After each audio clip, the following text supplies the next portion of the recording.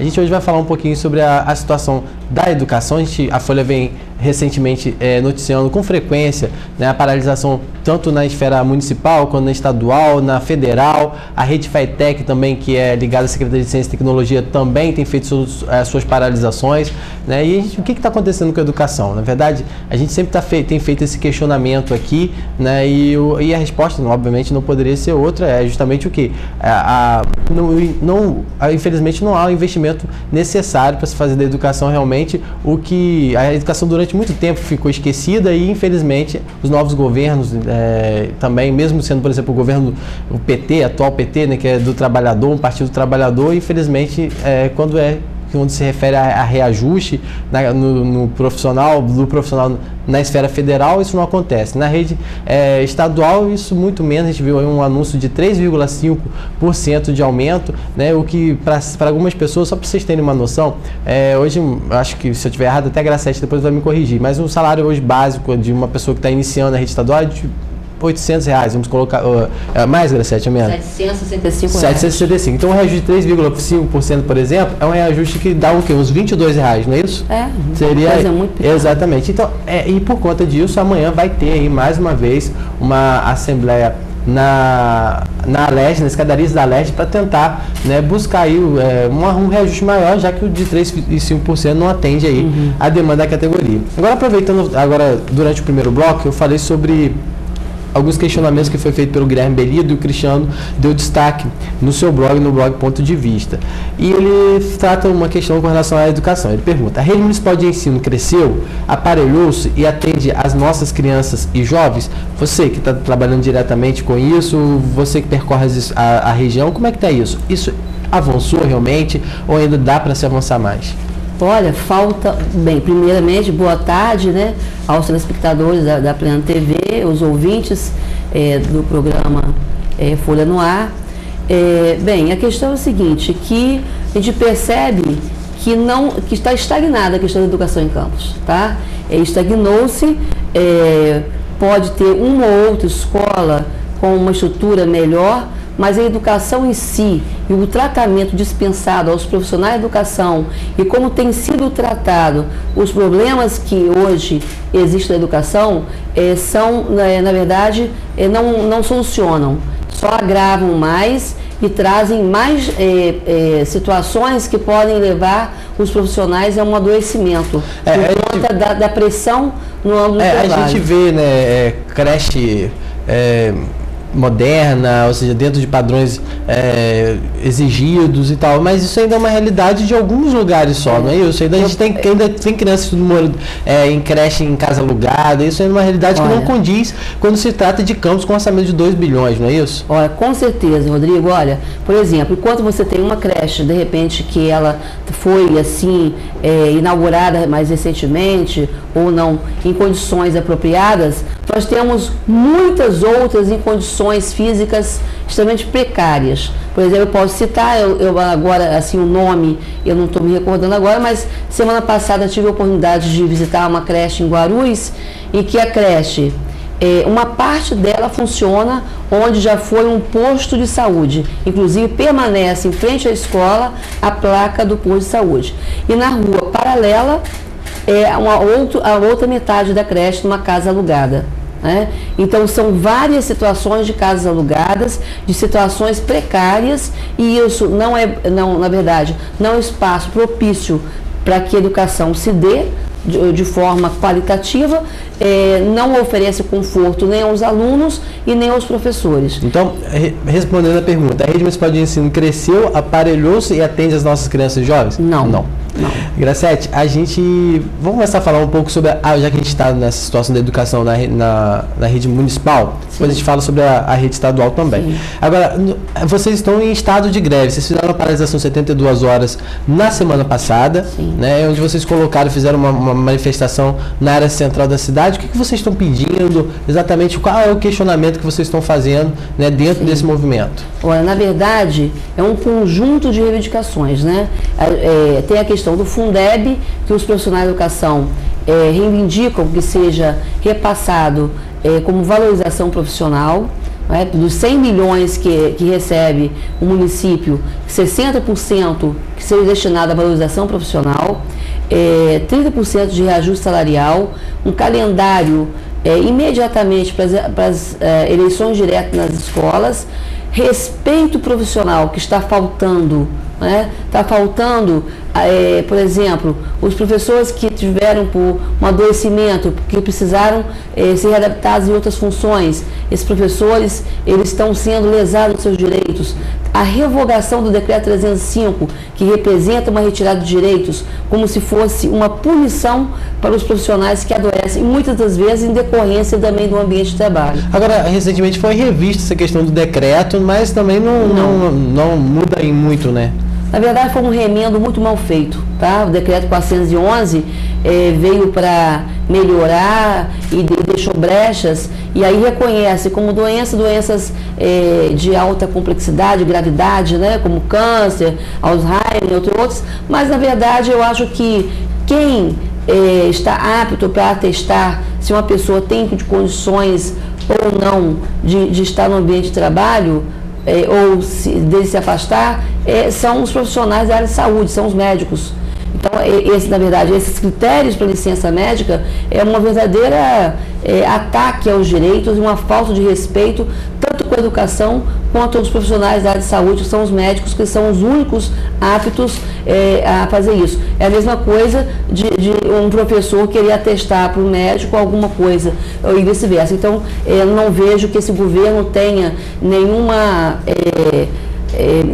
estrutura moral para estar estabelecendo esse tipo de coisa. Você falou com relação à aplicação aí dos recursos do Fundeb. Na última vez que você teve aqui, você falou que o dinheiro do Fundeb, na verdade, hoje, né, as pessoas falam, a Prefeitura de Campos paga um salário, né, razoável dentro do cenário, né?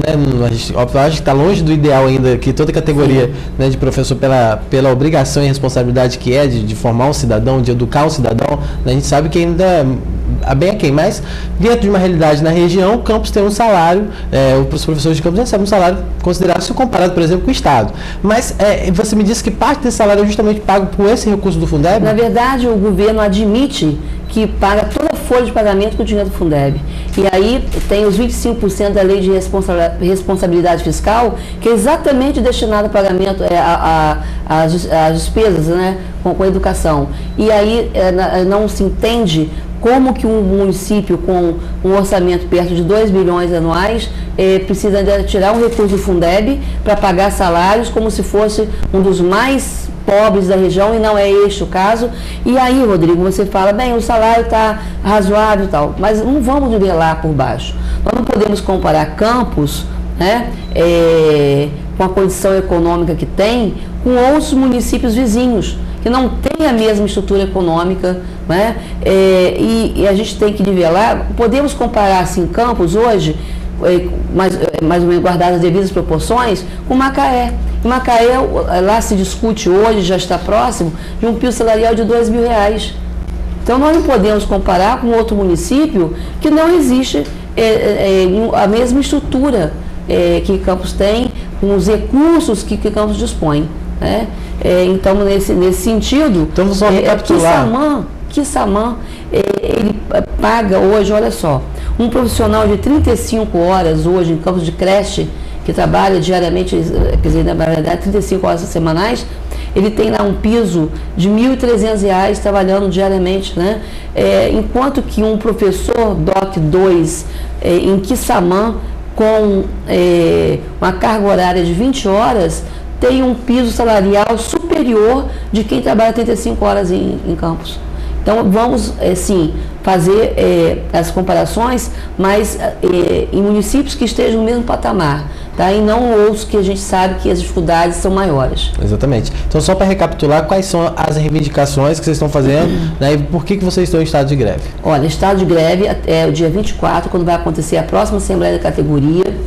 Vai ser às 17 horas na praça, e aí a gente já deixa o convite aberto para toda a sociedade civil organizada. A educação não é um problema só dos professores e funcionários, é um problema que envolve a toda a sociedade civil organizada, os pais, os alunos, que estejam apoiando essa luta dos profissionais, porque na verdade essa luta é por melhores salários, condições de trabalho, mas ao mesmo tempo pela garantia de uma escola pública de qualidade para o filho de quem? Dos trabalhadores, né? Da população em geral, daqueles que precisam e estão na escola pública e que deve ser de qualidade. Tá? Então, há de se ter muito respeito com a educação pública. Então, a questão do pagamento do Fundeb, 30% de ajuste salarial, o calendário para a direção de escola. Eu gostaria depois de me deter um pouco nessa questão da necessidade das eleições diretas para diretor de escola, respeito profissional, revogação do decreto 305, são esses alguns dos pontos. Tá? Agora, com relação a essa questão da eleição para a direção, isso já acontece nas escolas? Não, olha só, Rodrigo, a gente tem... uma luta antiga, né, do CEP. A gente tem, inclusive, o governo estadual, a gente vai fazer até novembro desse ano, a gente vai estar com eleições diretas. Nós temos um plano municipal de educação que aprovou em dezembro de 2009 que as eleições para diretores de escola acontecessem no prazo de 2 anos. Nós estamos no final desses 2 anos, então o calendário deve ser logo... ele deve ser agilizado e apresentado para que aconteça as eleições. Os problemas hoje, na maioria das escolas municipais e creches, se deve às direções indicadas, e aí nós temos problemas seríssimos, de muita gravidade, alguns deles nós não podemos nem aqui estar colocando. Mas, por exemplo, e isso tem gerado perseguições nas escolas, como foi o caso da escola Pequeno Jornaleiro, onde um coletivo de professores, querendo defender seus alunos dos ataques de uma determinada diretora, hoje afastada, né?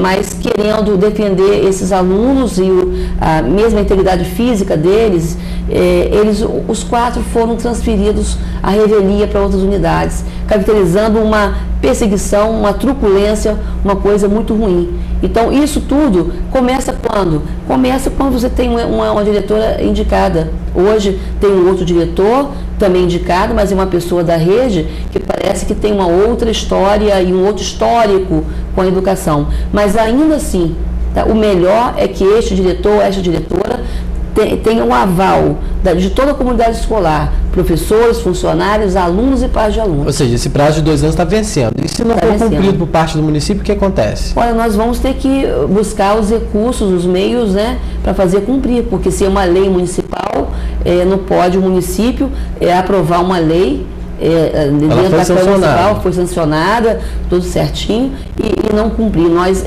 vamos exigir o cumprimento dessa lei, sim. Tá? Então, e nós não podemos, por exemplo, hoje...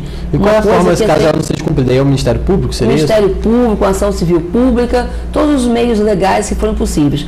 E, por exemplo, nós temos a questão do concurso 2008, que você deve ter ouvido, e a Folha da Manhã está sempre falando nisso, a questão de 2008, que nós apontávamos no ano passado, a necessidade de prorrogar o concurso 2008, que já havia, no ano passado, uma grande carência de profissionais de educação. E o que acontece? Nós estamos em 2011, o concurso não foi prorrogado, nós entramos com a ação civil pública que ainda não teve, o desdobramento não chegou ao final, temos aí uma possibilidade, ainda que remota, de fazer valer, né, que o juiz dê um aval para que os concursados sejam convocados.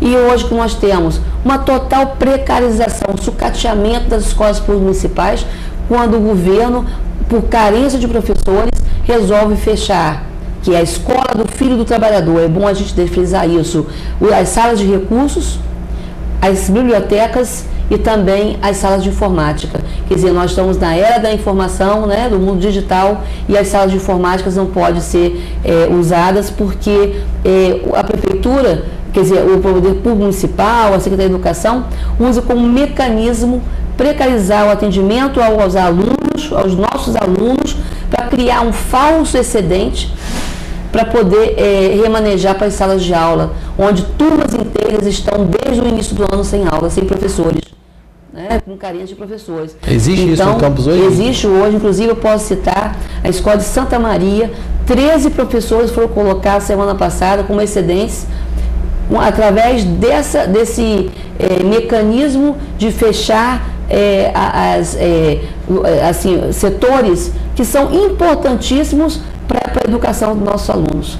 Então, Graciela, vamos reforçar. No dia 24 já tem um horário marcado para essa assembleia? Já tem. Olha, às 17 horas, na Praça São Salvador, a gente vai ser uma assembleia, um hiato público aberto, então todos estão convidados, tá, a participar. Vamos fazer um debate mesmo sobre educação, é necessário envolver toda a sociedade, é uma questão muito séria, não adianta a gente falar, e isso, a questão da precarização, do sucateamento da educação, repercute também em toda a sociedade, no aumento da violência, tá?